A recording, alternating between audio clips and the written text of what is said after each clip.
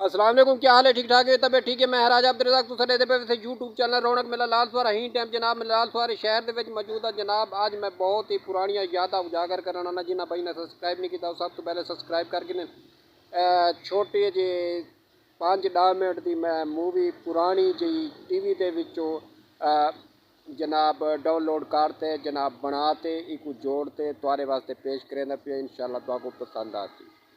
1940 की दहाई में हिंदुस्तान के सूबे उत्तर प्रदेश के गवर्नर रहे।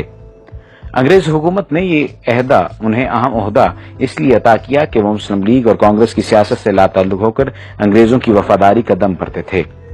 नवाब सतारी अपनी याददाश्तें लिखते हुए इंकिशाफ करते हैं कि एक बार उन्हें सरकारी ड्यूटी पर लंदन बुलाया गया। उनके एक पक्के अंग्रेज दोस्त ने, जो हिंदुस्तान में कलेक्टर रह चुका था, नवाब साहब से कहा, आइए आपको एक ऐसी जगह की सैर कराऊं जहां मेरे ख्याल में आज तक कोई हिंदुस्तानी नहीं गया होगा। नवाब साहब खुश हो गए। अंग्रेज कलेक्टर ने फिर नवाब साहब से पासपोर्ट मांगा कि वो जगह देखने के लिए हुकूमत से तहरीरी इजाजत लेनी जरूरी थी। 2 रोज बाद कलेक्टर इजाजतनामा साथ ले और कहा, हम कल सुबह चलेंगे, लेकिन मेरी मोटर में सरकारी मोटर वहां ले जाने की इजाजत नहीं। अगली सुबह नवाब साहब और वो अंग्रेज मंजिल की तरफ रवाना हुए। शहर से बाहर निकलकर बाएं तरफ जंगल शुरू हो गया। जंगल में एक पतली सी सड़क मौजूद थी। जूं-जूं चलते गए जंगल घना होता गया। सड़क के दोनों जानिब ना कोई ट्रैफिक थी, ना कोई पैदल मुसाफिर। नवाब साहब हैरान बैठे इधर उधर देख रहे थे। मोड़ चलते चलते आधे घंटे से ज्यादा वक्त गुजर गया। थोड़ी देर बाद एक बहुत बड़ा दरवाजा नजर आया।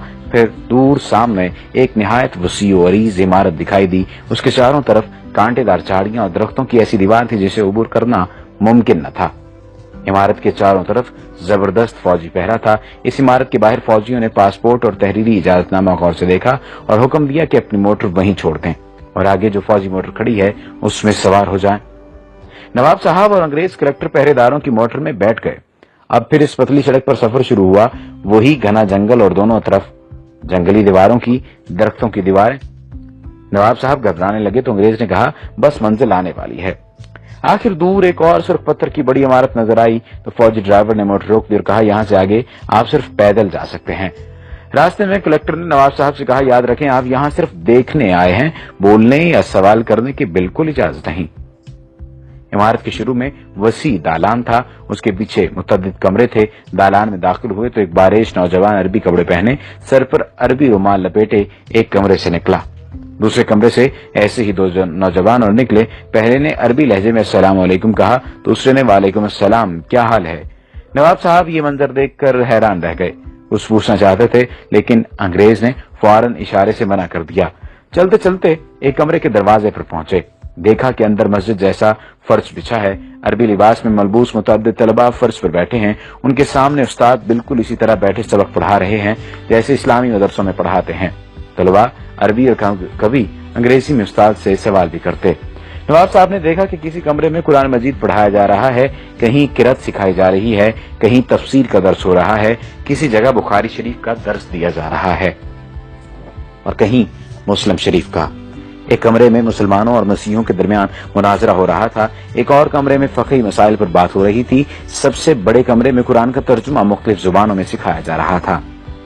उन्होंने नोट किया कि हर जगह बारीक मसले मसाइल पर जोर है, मसलन गुस्ल का तरीका, वुजू, रोजे, नमाज और सजदे साहब के मसाइल, विरासत और रज़ात के झगड़े, लिबास और दाढ़ी की वज़ाक़ता, गा गा कर आयात पढ़ना, गुस्ल खाने के आदाब, घर से बाहर जाना, लौंडी और गुलामों के मसाइल, हज के मनासिक, बकरा दुम्बा कैसा हो, छुरी कैसी हो, दुम्बा हलाल है या हराम, हज और कज़ा नमाजों की बहस, ईद का दिन कैसे तय किया जाए और हज का कैसे, मेज पर बैठकर खाना, पतलून पहनना जायज है या नाजायज, औरत की पाकी और नापाकी के झगड़े, हुजूर की मेराज रूहानी थी या जिस्मानी, इमाम के पीछे सूरह फातिहा पढ़ी जाए या नहीं, तरावी 8 है या 20, नमाज के दौरान वुजू किया जाए तो आदमी क्या करे, वुजू टूट जाए तो आदमी क्या करे, सूद मुफरत जायज है या नाजायज वगैरह।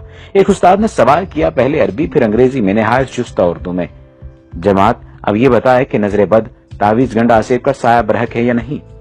35-40 की जमात बैक वक्त बैक आवाज पहले अंग्रेजी में बोली ट्रू ट्रू, फिर अरबी में यही जवाब और फिर उर्दू में। एक तालिब इल्म ने खड़े होकर कहा, अल उस्ताद, नीयत जरूरी है तो मुर्दा लोगों का हज बदल कैसे हो सकता है। यानी अगर हज के लिए नियत जरूरी है या किसी भी काम के लिए नियत जरूरी है तो मुर्दा लोगों का हज बदल कैसे हो सकता है? कुरान तो कहता है हर शख्स अपने अमाल का जिम्मेदार है। उस्ताद बोले, कुरान की बात मत करो, रिवायात, विर्द और इस्तिखारे में मुसलमानों का ईमान पक्का करो, सितारों, हाथ की लकीरों, मुकद्दर और नसीब में उन्हें उलझाओ।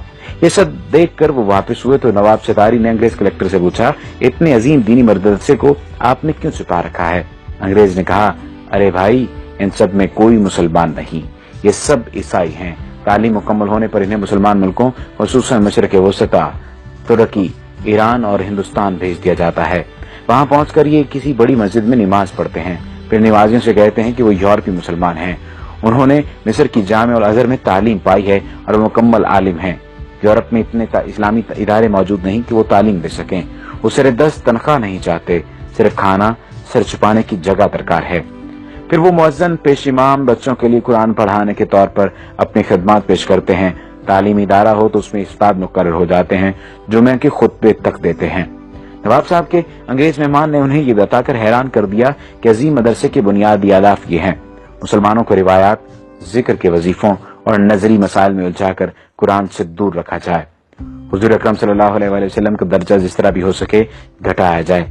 कभी ये कहो कि आप सल्लल्लाहु अलैहि वसल्लम नौज बिल्लाह रिजल मशहूर यानी जादू ज़दा थे। उस अंग्रेज ने ये इंकशाफ भी किया कि 1920 में रंगीला रसूल नामी किताब राजपाल से इसी इदारे ने लिखवाई थी। इस तरह कई बरस पहले मिर्जा गुलाम अहमद कादियानी को झूठा नबी बनाकर खड़ा करने वाला यही इदारा था। इनकी किताबों की बुनियाद लंदन की इसी इमारत से तैयार होकर जाती थी। खबर है कि सुलेमान रुश्दी की किताब लिखवाने में भी इसी इदारे का हाथ है। खुदाया ऐसा न हो कि मगरब रहन में ही हमारा मेरा समाज रख ले। है फितना परवर निजाम आलम तो अपने मुस्लिम की लाज रख ले। अब जंगल की हवेली के एक मकीन से मुलाकात कीजिए। ये वाकया मेरे दोस्त हुसैन अमीर फरहाद के साथ कुवैत में पेश आया। वाकया उन्हीं की जुबानी सुनिए। ये 1979 का वाकया है। इन दिनों में कुवैत की कंपनी में मंदूबे ताल्लुकात आमा यानी अफसर ताल्लुकात आमा मौजूद था, यानी पब्लिक रिलेशन ऑफिसर। हमारी कंपनी के डायरेक्टर ने श्रीलंका से घर के कामकाज के लिए खादमा मंगाई। दूसरे दिन मुझसे कहा, इस खादमा को वापस भेज दो, वो हमारे किसी काम की नहीं, क्योंकि अरबी जानती है ना ही अंग्रेजी। मैं इसके दस्तावेजात लेकर मुतलका जगह पहुंचा तो पता चला कि फिलहाल श्रीलंकन सफारत मौजूद नहीं, अलबत्ता बरतानवी श्रीलंकन बाशिंदों के मामलात देखते हैं। ब्रिटिश कौंसिल में इस्तकबालिया क्लर्क ने मेरा कार्ड देखा तो मिस्टर विल्सन से मिलाया। वो बड़े इत्तेफाक से मिले और बिठाया। जब उसने अंदाजा लगाया कि मैं भारतीय पाकिस्तानी हूँ तो उर्दू में कहा, मैं क्या खिदमत कर सकता हूँ। मैंने श्रीलंकन खादमा के मुतालिक बताया तो उसने कहा, कोई मसला नहीं, इसे हम रख लेंगे, आपको जो खर्च आया वो हम अदा करेंगे। ये बताओ कहाँ के रहने वाले हो? मैंने कहा, पाकिस्तान। वो बोला, वो तो बहुत बड़ा मुल्क है। मैंने कहा, पेशावर का रहने वाला हूँ। पश्तो में पूछा, कौन सी जगह? मैंने बताया, नौशहरा। जब मैंने गांव का नाम बताया तो उसकी आंखों में अजीब चमक पैदा हो गई। फिर वो मुख्तलिफ लोगों को पूछने लगा। मैंने बताया कि कौन मर गया है और कौन जिंदा है। मैंने सोचा हो सकता है ये नौशहरा छावनी में मुलाजमत करता रहा हो, लेकिन उसकी उम्र ज्यादा नहीं थी। उसने कहा, कुछ और कहानी सुनाई। फिर उसने काफी मंगाई। फिर इंटरकॉम पर क्लर्क से कहा कि इसके पास किसी को मत भेजना। वो इतना खुश था कि मैं बयान नहीं कर सकता था। उसकी खुशी दीदनी थी। कॉफी के दौरान उसने बताया, मैं आपके गांव मोहल्ला ईसा खेल में 4 साल तक पेश इमाम रहा हूं। मैंने पूछा, क्या आप मुसलमान हैं? वो बोला, मैंने 4 साल तक आपके गांव का नमक खाया है। आपके गांव वालों ने मुझे बड़ी इज्जत दी। मैं आपसे झूठ नहीं बोलूंगा, मैं ईसाई हूं, यानी अहले किताब। उसके बाद मेरा उसके यहाँ आना जाना रहा। वो मुझे अपना हम वतन समझता रहा और तकरीबन मेरा हम उम्र था। तज्जुब की बात यह है कि वो हमारे यहाँ पाकिस्तान बनने के बाद रहा था। एक दिन मैंने पूछा, आप पठानों का खाना कैसा खाते रहे? यानी आपको जायका अजीब नहीं लगता था? कैसे खाते थे आप? वो कहने लगा, आप लोगों का खाना इतना मजेदार होता है कि मैं यहाँ आज भी घर जाते हुए ईरानी तंदूर से रोटी लेकर मोटर में रोटी खाता हूँ। जब मैं कुवैत से पाकिस्तान आ रहा था तो मैंने इससे वही सवाल पूछा जिसे वो हमेशा टालता रहता था। मैंने दरियाफ्त किया, अब तो बता दो कि तुम ईसाई होकर पठानों के गांव में रूखी सूखी क्यों खाते थे और पेश इमाम की खिदमत अंजाम देते रहे, आखिर क्यों? वो काफी देर तक सर झुकाए सोचता रहा। फिर सर उठाकर मेरी आंखों में झांका और कहा, हमें अपने मुल्क के मफादात की खातिर बात औकात बहुत कुछ करना पड़ता है।